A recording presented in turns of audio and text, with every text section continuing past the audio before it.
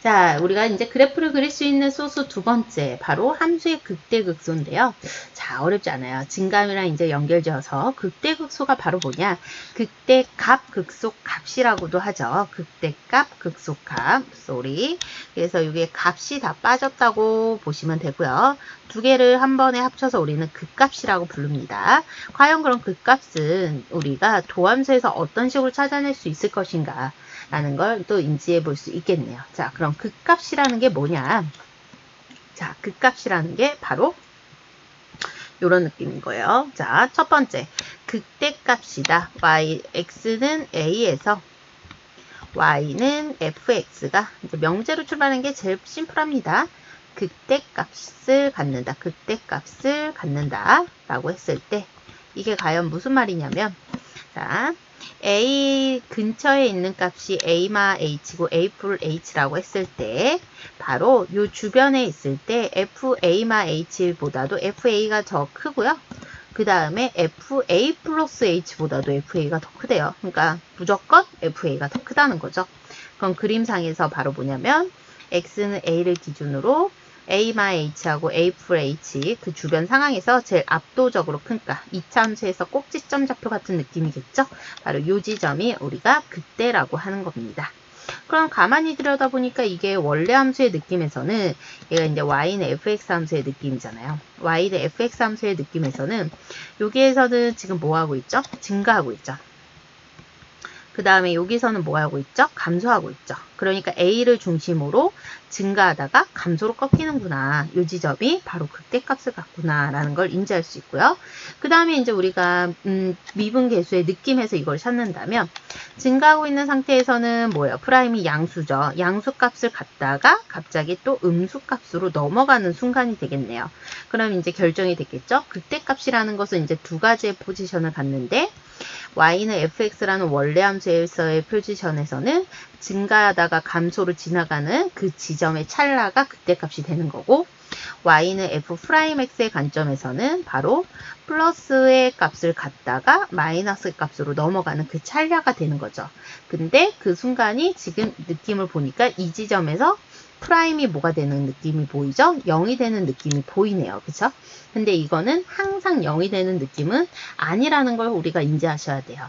플러스로 가다가 마이너스로 넘어가는 그 찰나에 이렇게 0이 될 수도 있지만 0이 안 될 수도 있습니다. 근데 그 지점이 항상 0이 될 수 있는 지점은 바로 우리가 배우는 다항함수일 때는 항상 0이 될 수 있어요.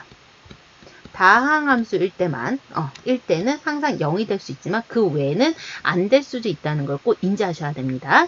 예를 들어서 이런 느낌인 거죠. 자, 심플하게 이 지점이 A예요.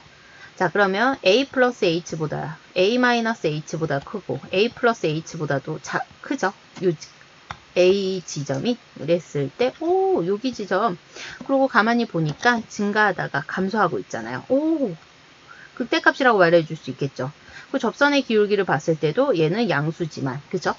여기도 양수지만, 이쪽으로 갔을 땐 음수가 나오죠. 접선의 기울기가. 근데 이 지점에서는 미분이 어때요? 불가능하죠.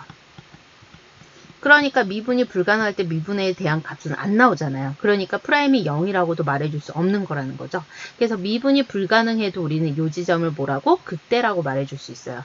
그럼 우리가 여기서 또 중요한 소스를 알 수 있다는 게 바로 뭐냐면은 이렇게 미분이 불가능한데도 우리는 여기서 극대라고 말하고 있잖아요. 그러니까 결론적으로 말하면 이 극값은 바로 포인트, 극값은 미분이랑 미분 가능과 어떻다?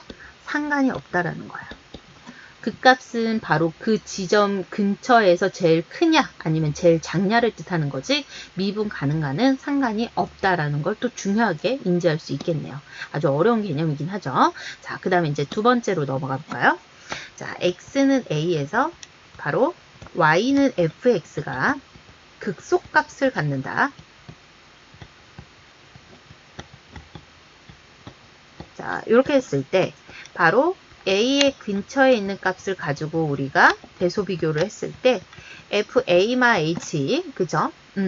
보다도 FA가 작고요.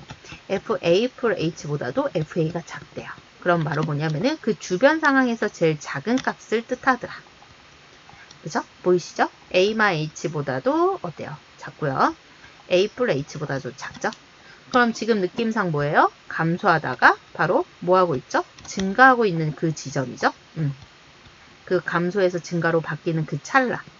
y는 fx 원래 함수가 감소해서 증가로 바뀌는 그 찰나가 바로 극소값을 뜻하고요. 접선의 기울기를 구해보면은 음수였다가 양수로 넘어가는, 그죠? 프라임에서도 역시나 음수였다가, 그죠?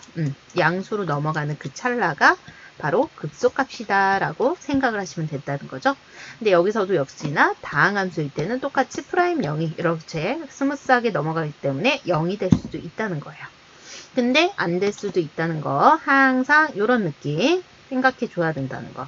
x는 a에서 지금 보면은 증가하다 거꾸로 그려야 되죠, 그죠? 이렇게 됐을 때 지금 보면은 좀 감소하다가 증가하고 있죠. 그죠? 주변 상황보다 제일 작죠? 주변 상황보다, 그죠?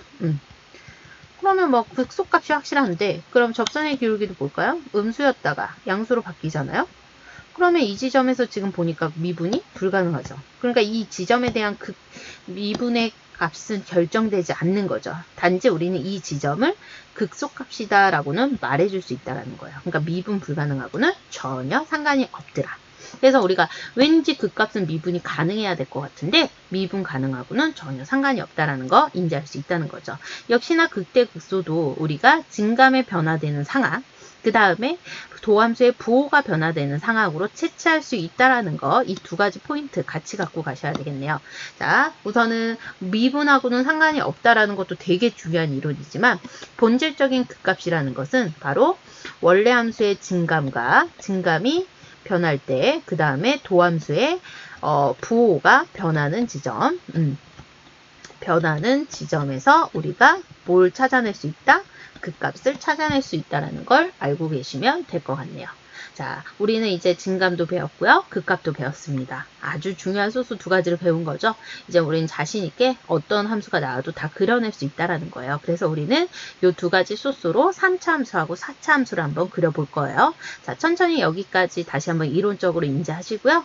그 다음에 여러분이 역시나 개념 체크하고 문제를 풀어보시고 이제 바로 다음으로 우리가 3, 4차 함수 그래프를 배워보면 될 것 같네요.